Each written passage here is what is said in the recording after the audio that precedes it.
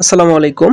তোমাদের আজকে ন্যাশনাল ইউনিভার্সিটির ফলাফল প্রকাশিত হয়েছে। তোমরা অনেকেই টেনশন করছিলা ভাইয়া রাজশাহী কলেজের জন্য সিট কয়টা আছে, কয়টা কোন বিভাগে কয়টা সিট আছে, বিজ্ঞান মানবিক এবং ব্যবসা শাখার জন্য সবকিছু তোমাদেরকে এই ভিডিওতে তুলে ধরবো, ঠিক আছে?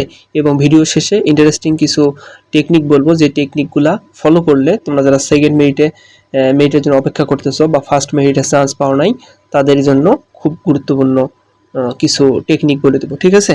তো ঠিক আছে, শুরু করি। এখানে প্রথমে দেখো বাংলা।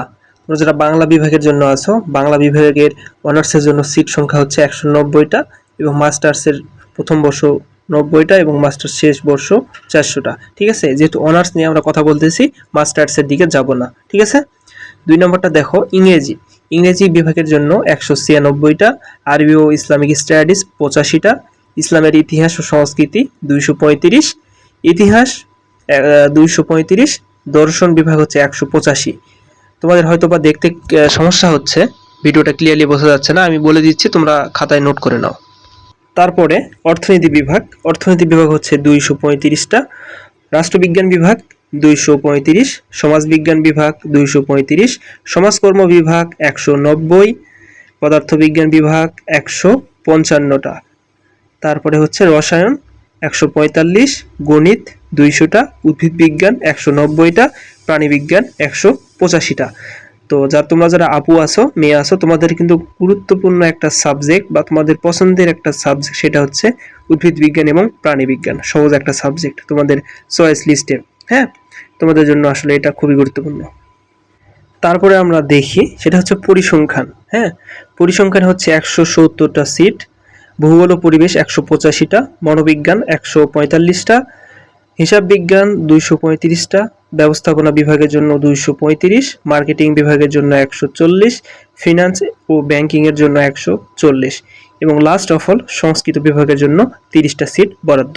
তো সবার রকম করে ভিডিও দিবে, যে বিভিন্ন ভাইয়ারা ভিডিও মানে মন গড়া একটা ভিডিও নিজের মতো করে বানাই দিয়ে দিল, সেটা কিন্তু আসলে ইফেক্টিভ হবে না, ঠিক আছে?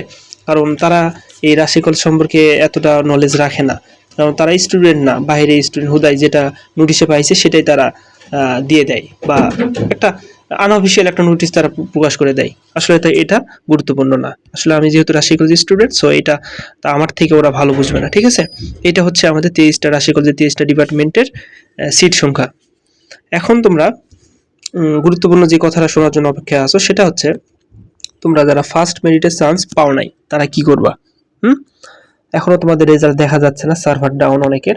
যারা ফার্স্ট মেরিটে চান্স পাও নাই, টেনশনের কোনো কারণ নাই। তোমরা তোমাদের মার্কসটা আমার এই কমেন্ট সেকশনে বলে যাবা, আমি তোমাদের একটা আইডিয়া দিব যে তোমরা সেকেন্ড মেরিটে চান্স পাবা কিনা, ঠিক আছে? কারণ সেকেন্ড মেরিটে হিউজ পরিমাণ স্টুডেন্ট চান্স পায়। তো সেকেন্ড মেরিটে চান্স পাওয়ার পর কি হয়, অনেকে যারা সেকেন্ড মেরিটেও চান্স পায় না, তারা আবার কি হয়, ফার্স্ট রিলিজ স্লিপ নামে একটা অপশান আছে, ওই রিলিজ স্লিপে চান্স পায়।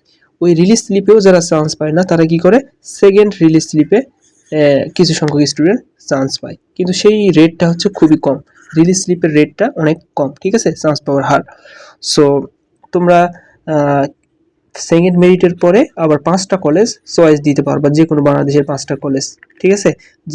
যে কোনো সাবজেক্ট দিয়ে, আবার এতে তোমাদের কোনো ফিস লাগবে না। তোমরা এই সমস্ত গুরুত্বপূর্ণ ইনফরমেশন পেতে চ্যানেলটি সাবস্ক্রাইব করে রেখো, হ্যাঁ? তোমাদের আমি আবার নিজ দায়িত্ব সহকারে ভিডিওগুলো তোমাদের প্রোভাইড করবো, কারণ তোমরা তো বুঝতে পারবে না এখন।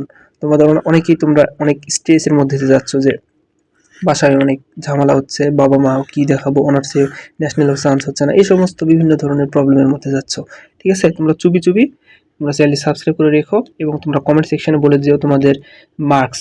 তোমরা কিন্তু তোমাদের ড্যাশবোর্ডে মার্কস দেখতে পাবা না, ঠিক আছে? তুমি চান্স পাইছো কিনা সেটা শুধু দেখাবে।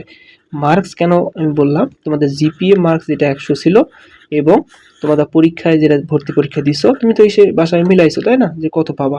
তো ওই আনুমানিক একটা মার্কস হিসাব করে আমরা একটা চান্স পাওয়ার রেটটা বলে দিতে পারি। ঠিক আছে, ধন্যবাদ, দেখা হচ্ছে বিজয়ে।